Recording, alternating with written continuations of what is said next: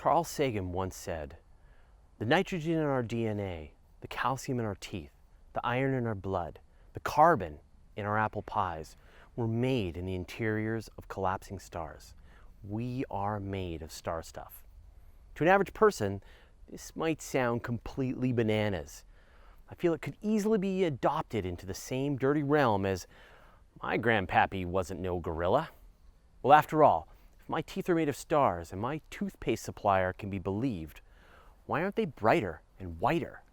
If my bones are made of stars, shouldn't I have this creepy inner glow like the aliens from Cocoon?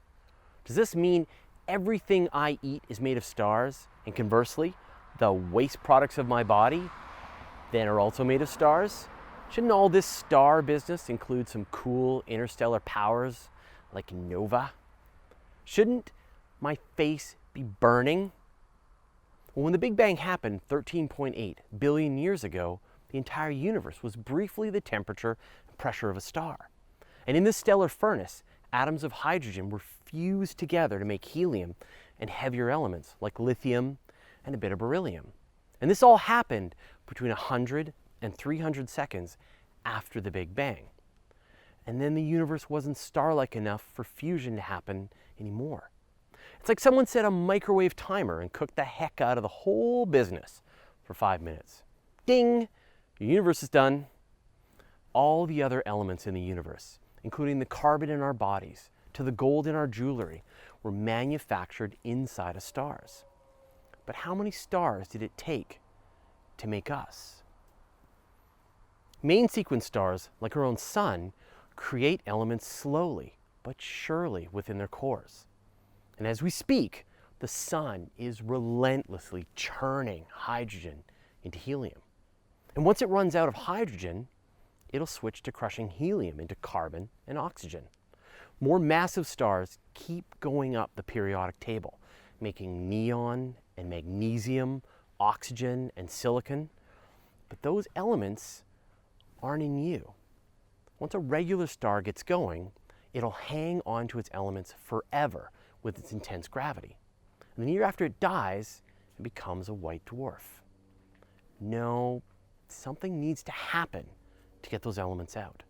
That star needs to explode.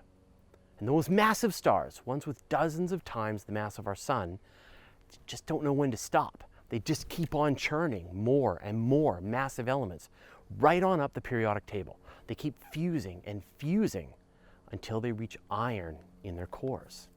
And iron is the stellar equivalent of ash. Fusion reactions no longer generate energy, and instead, they require energy. And without the fusion energy pushing against the force of gravity, pulling everything inward, the massive star collapses in on itself, creating a neutron star, or black hole, or detonating as a supernova. It's in this moment, a fraction of a second, when all the heavier elements are created, the gold, platinum, uranium, and the other rare elements that we find on Earth. All of them were created in supernovae in the past. The materials of everything around you was either created during the Big Bang or during a supernova detonation. Only supernova explode and spread their material into the surrounding nebula.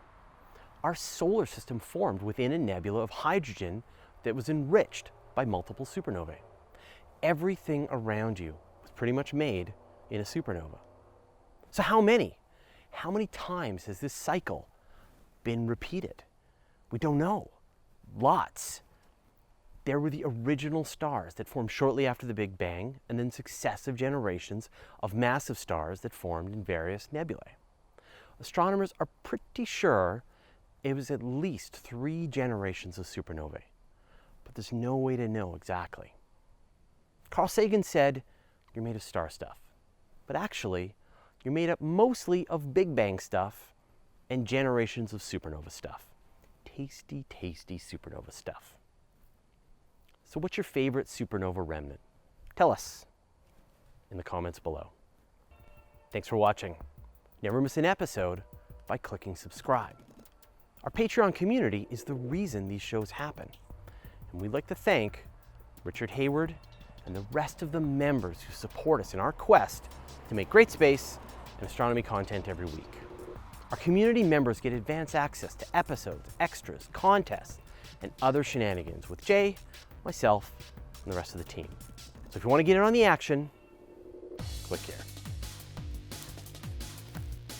Okay. Bug? Oh, should we redo that? That's your blood. I know, it's my blood.